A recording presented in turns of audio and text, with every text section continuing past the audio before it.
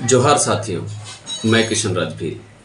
साथियों, जैसा कि आप सभी जानते हैं, 5 अक्टूबर को राणा पूंजा भील की जयंती होती है। अर्थात 5 अक्टूबर को राणा पूंजा भील का जन्म हुआ था। और आज का मैं जो यह वीडियो बना रहा हूँ, यह खासकर राणा पूंजा भील पर ही है, क्योंकि पिछले कुछ समय से राणा पूंजा को कुछ एक जाति विशेष के कुछ लोगों ने, चंद लोगों ने राजपूत बताने का प्रयास किया है। उनका यह प्रयास 1994 से लेकर आज तक भी चल रहा है। उनके प्रयास के माध्यम से वे लोग अखबारों में भी लिख रहे हैं कि राणा पूंजा सोलंकी जाति से भील थे, सोलंकी शब्द उसमें ले रहे हैं, और किताबें भी लिख रहे हैं। एक है पानरवा का राजवंश, वो किताब है, उसमें भी राणा पूंजा को जाति से राजपूत बताया है। तो हालांकि दुनिया जानती है, सर्वविदित इतिहास गवाह है कि राणा पूंजा जाति से भील थे, राजपूत नहीं थे। फिर भी ये लोग जो अपना प्रयास कर रहे हैं, असफल प्रयास कर रहे हैं, उन लोगों से मैं कहना चाहूँगा कि आप लोग ऐसा न करें।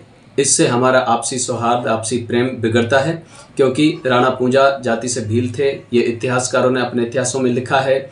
और उन राणा पूंजा का आप पहनावा देख लें, वो भील पहनावा पहने हुए हैं, वो भील जाति से हैं।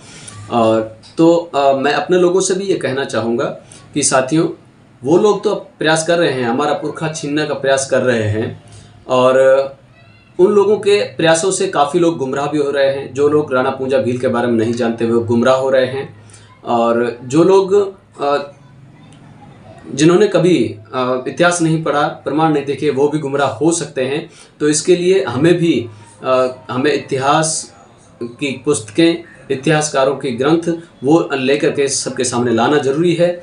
इससे हमारे लोग भी गुमराह नहीं होंगे, और वो लोग जो ऐसा प्रयास कर रहे हैं उनका जो है प्रयास जो है असफल होगा। ऐसा हमें करना भी चाहिए। तो आज मैं यह अरावली का मारतंड, महाराणा प्रताप की आत्मकथा, ये प्रताप नारायण सिंह ने लिखा है, यह प्रमाण आपके सामने लाया हूँ।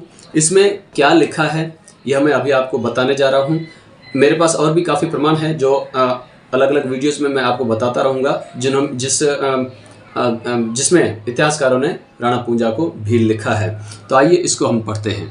इसमें जो कथा शुरू की गई है वह मेवाड़ का जो मेरपुर है, वहाँ से इसमें कथा प्रारंभ की गई है, और दिन लिया गया है गौरी नृत्य के दिन से है।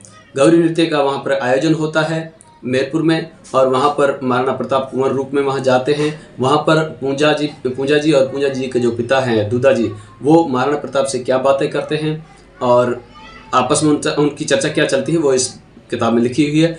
इसको हम पढ़ते हैं, उसके बाद हम जानते हैं कि इसमें प्रताप नारायण सिंह ने क्या लिखा है। तो आइए हम पढ़ते हैं। इसमें पहला ही अध्याय है अरावली की गोद। ये पहला अध्याय है। इसमें प्रारंभ में लिखा है पाती मिल गई। पाती मिल गई मतलब वहाँ पर क्या है कि जब भी गौरी नृत्य होता है तो वहाँ पर गौरी माता, गवर्जा माता या पार्वती माता की प्रतिमा होती है। उसके चेहरे पर पुष्प पत्ते चिपकाए जाते हैं। वो पत्ते जब टूट करके पाठ पर गिरते हैं तो पाती मिलना, पत्र मिलना या संदेश मिलना कहते हैं। जब वो टूट करके गिरता है तो कहते हैं कि माता ने अनुमति दे दी, गौरी नृत्य प्रारंभ किया जाए। तो ये प्रक्रिया वहाँ पर चली थी। तो वहाँ पर एक पत्ता टूट कर गिरा नीचे, और वहाँ पर पुजारियों ने, देवरे के पुजारियों ने दोनों हाथों को ऊपर उठाते हुए उच्च स्वर में घोषणा की कि पाती मिल गई। देवरे शब्द है, देवरे शब्द के ऊपर 2 लिखा हुआ है, आप देख रहे हैं। और यहाँ पर 2 शब्द दे करके नीचे देवरे लिखा हुआ है, और देवरे का अर्थ लिखा है भीलों के गांवों में चबूतरे नुमा बने लोक देवी देवता का पूजा स्थल। अब यहाँ पर लोक देवी देवता मतलब आदिवासियों के आदिवासियों के जो पुरखे हैं उनका पूजा स्थल। और गौरी नृत्य यहाँ पर दिया हुआ है। गौरी नृत्य के बारे में यहाँ पर लिखा है, गौरी नृत्य 3 नंबर दे करके गौरी नृत्य लिखा है। उसका अर्थ लिखा है मेवाड़ के भील समुदाय में आदिकाल से चली आ रही लोक नृत्य नाटिका, जिसका आयोजन भगवान शिव और माता पार्वती की आराधना हेतु किया जाता है। यह श्रावण पूर्णिमा के दूसरे दिन से प्रारंभ होकर 40 दिनों तक चलती है। यहाँ पर जब पाती मिल गई तो यहाँ पर मेरपुर के मुखिया दूधा ने विनम्रता से पूछा, मुझसे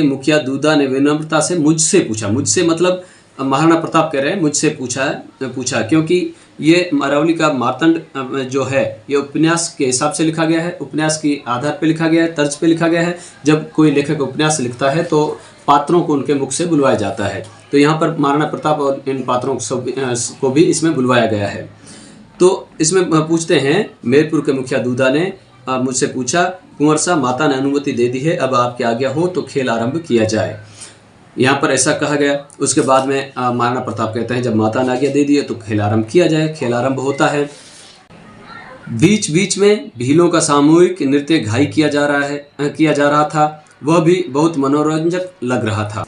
अरावली की पहाड़ियों से घिरा वह एक सुंदर स्थान था जहाँ पर कार्यक्रम हो रहा था मेरपुर में, वह एक सुंदर स्थान था। कल श्रावण पूर्णिमा के दिन, कल अर्थात मतलब जिस दिन कार्यक्रम हो रहा था उस एक दिन पहले वर्षा हो जाने से हवाएं भी शीतल यानी ठंडी हो गई थी। अब यहाँ पर ध्यान देने की बात है कि प्रताप नारायण सिंह अरावली का मार्तंड में पृष्ठ संख्या 12 पर क्या लिखते हैं। वे लिखते हैं, इस बीच कुछ युवा लड़कियां थाल में रखकर मेरे लिए, महाराणा प्रताप कह रहे हैं, मेरे लिए जलपान ले आई। उनके साथ मतलब उन लड़कियों के साथ लगभग मेरी ही आयु का एक लड़का भी था। लगभग मेरी ही आयु का एक लड़का भी था। उस लड़के ने विनम्रता से कहा कि कुंवर साहब आपके लिए शहद का पेय है, कुंवर साहब आपके लिए शहद जल है, ये लें। तब मैंने उनसे पूछा, मतलब महाराणा प्रताप ने उनसे पूछा, तुम्हारा क्या नाम है? तो उसने कहा पूंजा। पूंजा हुक्म मेरा नाम पूंजा है। फिर महाराणा प्रताप पूछते हैं किसके पुत्र हो? पूंजा जी से पूछते हैं महाराणा प्रताप कि तुम किसके पुत्र हो? तब जो जवाब देते हैं वो प्रताप नारायण की कलम से आप देखिए, उसमें वो कहते हैं गमेती दूधा मेरा बापो है। गमेती दूधा मेरा बापो है। अब गमेती शब्द, गमेती किसको कहा जाता है यहीं पर समझने की हमको जरूरत है। जब भी लोग अपने ही जाति का, अपने ही भील कबीले का अपना सरदार बनाते हैं तो उसको गमेती कहा जाता है। गमेती अब आजकल धीरे धीरे भीलों का गोत्र भी बन चुका है। यहाँ पर भी आप देखेंगे गमेती 5 नंबर ऊपर लिखा और 5 नंबर नीचे दे करके 5 नंबर के आगे गमेती लिखा है और गमेती का अर्थ लिखा है भीलों का मुखिया सरदार। भीलों का मुखिया सरदार। जब भीलों का कोई अन्य जाति का सरदार होता है तो उसको गमेती नहीं कहा जाता है। गमेती केवल भील जाति का ही भीलों का सरदार होता है, उसको कहा जाता है। तो यहाँ पर गमेती दूधा मेरा बापो है, ये पूंजा भील कहते हैं, मतलब जो भील जाति से भीलों का सरदार है गमेती, जो दूधा है वो मेरा बापो है। अब यहाँ पर स्पष्ट हो गया है कि दूधा जाति से भील हैं और उनके ही ये पुत्र हैं। बापो है लिखा है और 6 नंबर ऊपर दिया है बापो के ऊपर और 6 नंबर लेकर के बापो लिखा और उसका अर्थ लिखा है पिता। मतलब इसमें प्रताप नारायण सिंह ने स्पष्ट कह दिया है कि पूंजा भील के पिता का नाम दूधा है, दूधा गमेती है, वो जाति से भील है, भीलों के सरदार हैं और इससे पूंजा जाति से भील हैं। ये मैंने आपको एक प्रमाण बताया, और भी काफ़ी प्रमाण है। अगले वीडियो में एक और प्रमाण लेके आऊँगा, इससे भी बढ़कर ऐतिहासिक प्रमाण है हमारे पास, वो हमको सबके सामने लाने की ज़रूरत है। तो मिलते हैं अगले वीडियो में। जोहार।